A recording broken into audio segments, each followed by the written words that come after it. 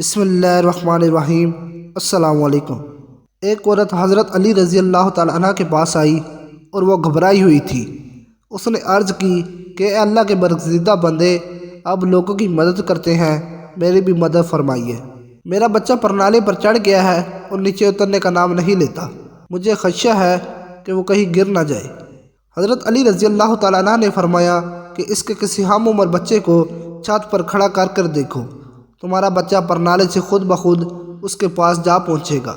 چنانچہ ایسا ہی کیا گیا اور بچہ پرنالے کو چھوڑ کر اس بچے کے پاس جا پہنچا۔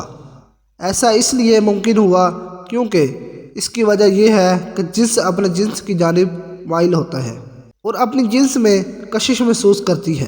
یہی وجہ ہے کہ حضور صلی اللہ علیہ وسلم بھی لبادہ بشریت میں تشریف لائے۔ پیغمبر اسلام صلی اللہ علیہ وسلم نے فرمایا کہ میں بھی تمہارے جیسا انسان ہوں۔ اسلامی لشکر کے ایک سپاہی ہشام سے روایت ہے کہ جب وہ سفر سے واپس آیا تو اس کی بیوی کے ہاں 6 ماہ کی مدت میں بچے کی پیدائش ہو گئی تھی۔ بشر نے اس بچے کو اپنا بیٹا ماننے سے انکار کر دیا۔ آخر کار دونوں میاں بیوی حضرت عمر رضی اللہ تعالیٰ عنہ کی خدمت میں حاضر ہوئے اور اپنا ماجرا ان کو بتایا۔ ہشام نے کہا کہ 6 ماہ سے زیادہ عرصہ نہیں گزرا کہ میں سفر سے واپس لوٹا ہوں اور اس کے ہاں بچہ پیدا ہو گیا ہے، یہ میرے نطفے سے نہیں ہو سکتا۔ یہ سن کر حضرت عمر رضی اللہ تعالیٰ عنہ نے حکم دیا کہ عورت کو سنسار کیا جائے۔ حضرت علی رضی اللہ تعالیٰ عنہ نے سنسار کرنے سے پہلے حضرت عمر رضی اللہ تعالیٰ عنہ سے فرمایا کہ یہ عورت اپنے شوہر سے حاملہ ہوئی ہے، اور اس کی دلیل یہ ہے کہ اللہ تعالیٰ نے قرآن مجید میں فرمایا ہے اس کی مدت حمل اور مدت رضاع 30 ماہ ہے۔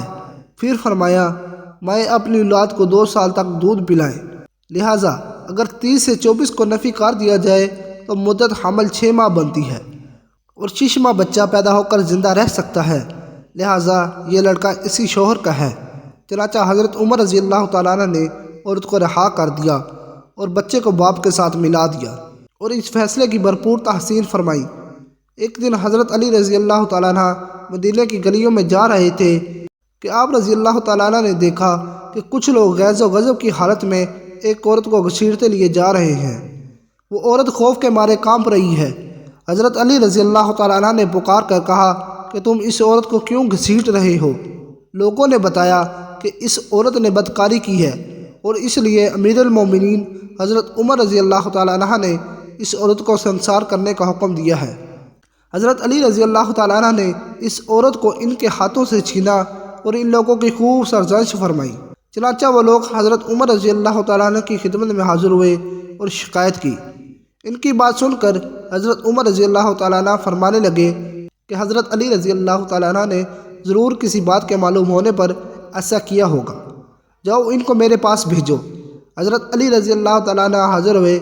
حضرت عمر رضی اللہ تعالیٰ عنہ نے آپ رضی اللہ تعالیٰ عنہ سے پوچھا آپ نے ان لوگوں کو کیوں واپس کر دیا اور ان کو عصمت کار عورت پر حد قائم کرنے سے کیوں منع کیا؟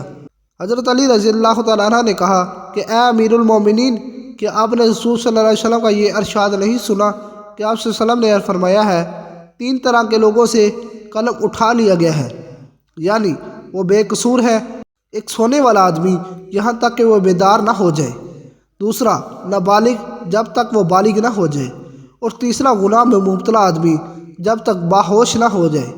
حضرت عمر رضی اللہ تعالیٰ عنہ نے تبسم فرمایا اور حضرت علی رضی اللہ تعالیٰ عنہ نے کہا کہ اے امیر المومنین، اس عورت کو بھی دیوانہ پن کا دورہ پڑتا ہے، ہو سکتا ہے کہ وہ آدمی اس کے پاس اس حالت میں آیا ہو کہ اسے دیوانے پن کا دورہ پڑا ہو۔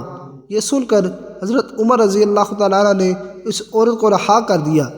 ایک بار 2 کنیزیں لڑکا اور لڑکی کی وجہ سے آپس میں جھگڑا کرتی ہوئی حضرت عمر رضی اللہ تعالیٰ عنہ کے پاس آئی۔ حضرت عمر رضی اللہ تعالیٰ عنہ نے فرمایا کہ حضرت علی رضی اللہ تعالیٰ عنہ کو بلاؤ، اس میں وہ فیصلہ کریں گے۔ جب حضرت علی رضی اللہ تعالیٰ عنہ آئے تو تمام قصہ بیان کیا گیا، تو آپ رضی اللہ تعالیٰ عنہ نے فرمایا 2 شیشیاں منگاؤ اور ان کو وزن کر کے ان کنیزوں کو دو کہ اپنا اپنا دودھ اس میں بھرے۔ جب وہ شیشیاں دودھ سے بھری ہوئی آئی تو آپ رضی اللہ تعالیٰ عنہ نے فرمایا اب پھر وزن کرو، جس کی شیشی بھاری ہو اس کا لڑکا ہے اور جس کی شیشی ہلکی ہو اس کی لڑکی ہے۔ حضرت عمر رضی اللہ تعالیٰ عنہ نے پوچھا یہ کیسے فرمایا؟ حضرت علی رضی اللہ تعالیٰ عنہ نے فرمایا اس لیے کہ اللہ تعالیٰ فرماتا ہے مرد کے لیے عورت سے دگنا حصہ ہے۔ قائرین، اس آرٹیکل کے لیے مواد محمد عبداللہ مدنی کی کتاب حضرت علی رضی اللہ تعالیٰ عنہ کے فیصلے سے لیا گیا ہے۔ اس کو شائع کرنے کا مقصد تصویر کا دوسرا رخ دیکھنا ہے، کیونکہ ہمارے معاشرے میں تقریباً تمام لوگوں کو اس بات کا علم ہے کہ جناب حضرت علی رضی اللہ تعالیٰ عنہ ایک بہت بڑے جنگجو تھے، جنہوں نے بڑے بڑے سورموں کو میدان جنگ میں زہر کیا تھا، لیکن بہت کم لوگوں کو اس بات کا علم ہے کہ آپ رضی اللہ تعالیٰ عنہ ایک بہت بڑے پائے کے عالم اور دانشور بھی تھے۔ سبحان اللہ۔ اللہ پاک ہم سب کی بخشش فرمائے اور سنت رسول پر عمل کرنے کی توفیق عطا فرمائے، آمین۔ اگر ویڈیو اچھی لگی ہے تو میری ویڈیو کو لائک اور چینل کو سبسکرائب ضرور کیجیے گا۔ اللہ حافظ۔